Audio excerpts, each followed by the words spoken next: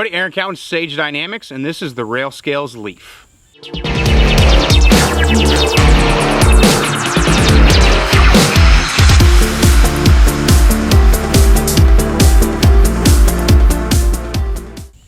As night vision becomes more and more prevalent, more and more popular, and more people outside of military and even law enforcement have it, options are needed. People are looking for solutions to problems, whether it's a real problem, or a perceived problem, or thinking about a potential problem. And one of those issues is iron sights. When you add a night vision device to a firearm, you have to give priority to your optics and your lasers. My general feeling has always been the shorter the gun, the more likely the iron sights are going to take a third place or be removed from the gun completely, because the shorter the gun, the less the sight radius.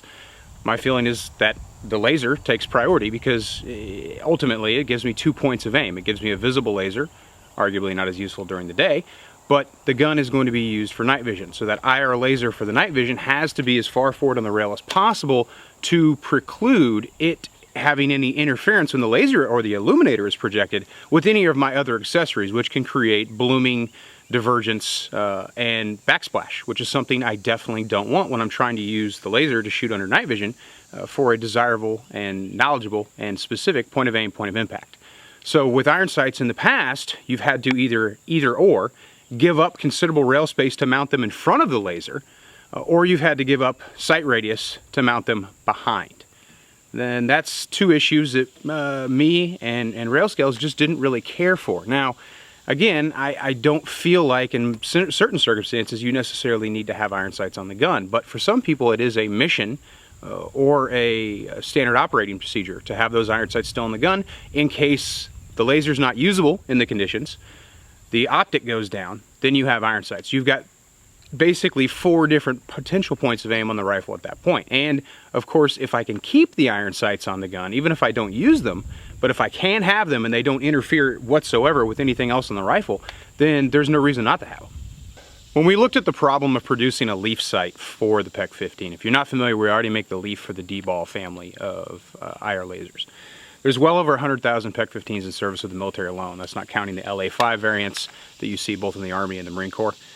As well as those in service with law enforcement, and they make an unrestricted version, the C model, for the civilian market.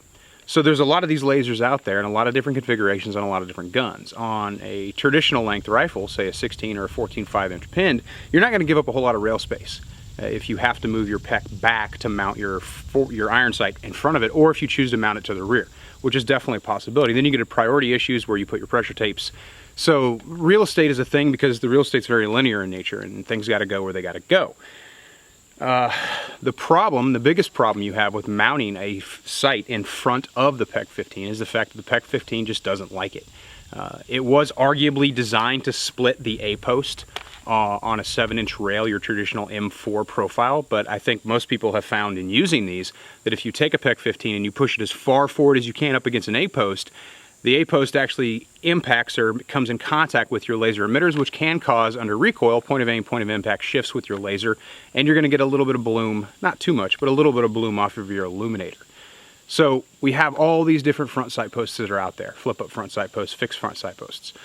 None of them were designed with the PEQ 15 in mind, and our question was, well, why don't we just design one for the PEQ 15?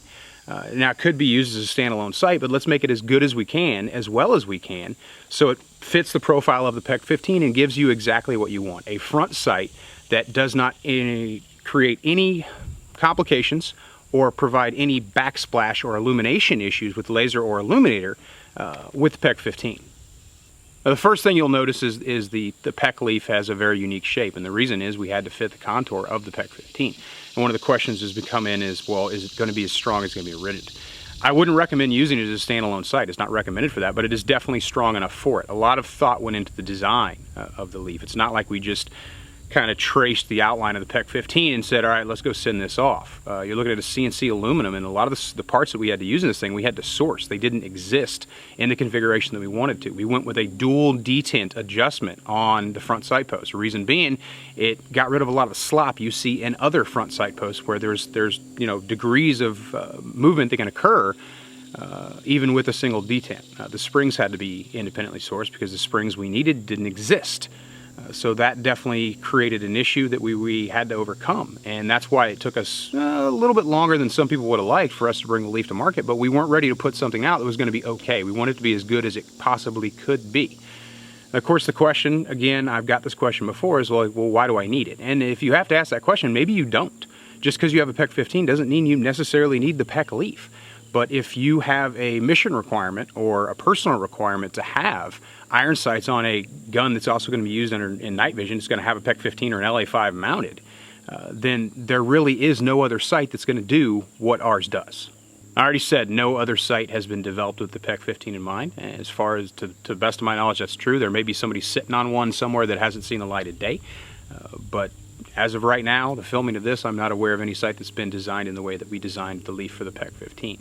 There's a lot of other flip-up sights out there, a lot of fixed sights out there, so are you really getting any advantage from the PEQ Leaf over all these other sights? Why can't I just, mount my sight and be done with it? Well, Railspace, I talked about Railspace. Here's a comparison of 4 different flip-up iron sights, or, well, 3 different flip-up iron sights and 1 fix that I had laying around. I got a Troy in there, I got a Magpul, I got a CAC, and I got a Daniel Defense.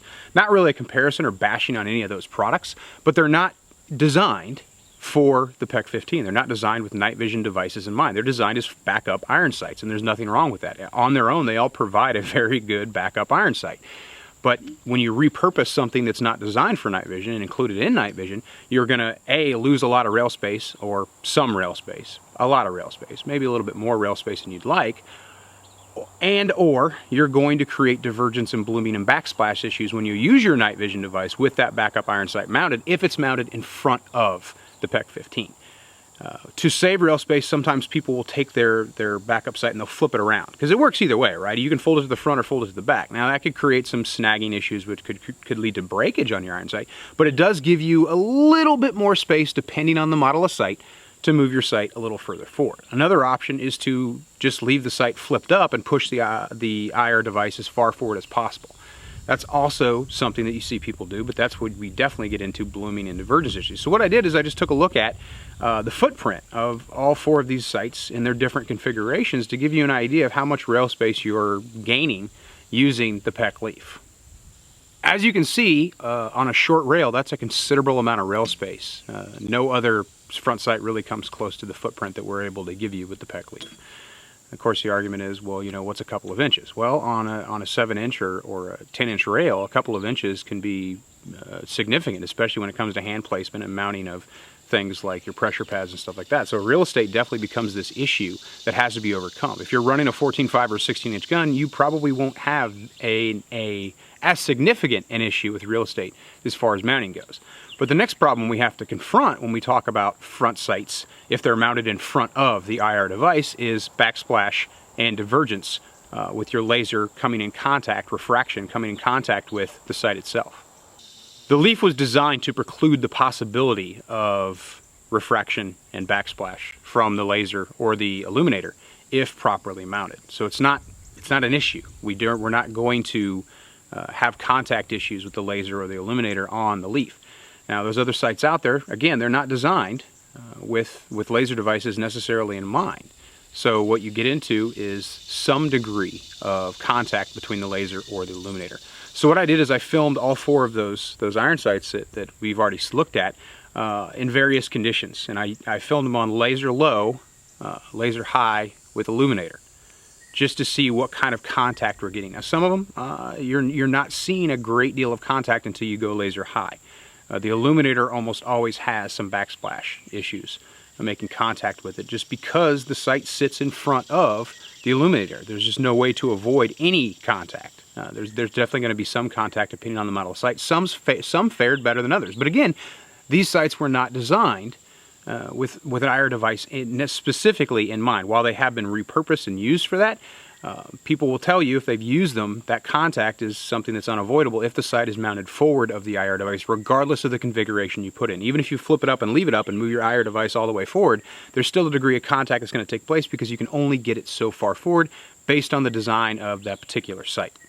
To further minimize rail space issues with the PEQ Leaf, we've built the recoil lugs into it versus relying on, like some other sites do, the actual tension screw to provide a recoil load. Having that recoil boss there is definitely beneficial, not only for the overall strength of the front sight, but it's something that we felt that was necessary for the design. Yeah, we could have gotten away with just using a tension screw like some of the other guys do out there, but we wouldn't have been able to give you as much rail space, and the sight wouldn't have been as strong. Even though it's going to sit right up there against our PEQ 15, we wanted the sight to be as durable as possible for the end user, because we recognize that the person who's most likely going to be using this thing is going to be using it in environments that are not friendly on gear. That is just one of the things. Like, aesthetics are very important to us, but they're not going to take front seat over providing strength and well, quality. Aesthetics, something can be aesthetically pleasing and not actually be made of quality. We didn't want to do a cast sight. A lot of your backup sights out there are cast metal, or they're metal injection molded MEM. They're not CNC. They're not made of the best materials. And of course, I'm not talking about one specific site out there, but even if you look at some of your higher end sites, you're getting maybe a cast product, maybe a MEM product. Doesn't necessarily mean it can't be a good product, but it definitely doesn't allow for the same degree of intricate design that you're able to get, like we were able to get, out of the PEQ LEAF. If you don't have a PEQ 15, an LA5, or the C variant, then the PEQ LEAF is not for you. We didn't design it as a standalone front sight post. Even though it's certainly strong enough to serve that purpose, it's not really what it's intended for. It could work in conjunction with some of the other laser devices out there, but if you're using a D-ball, we already make a LEAF for you. We designed the PEQ LEAF for people who had a mission or personal reason for having front sights on their gun.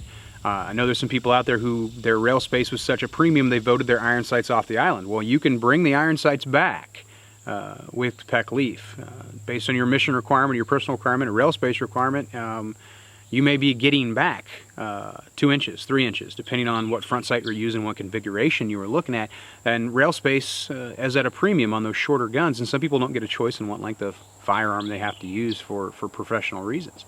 So the PEQ LEAF can definitely get you that back.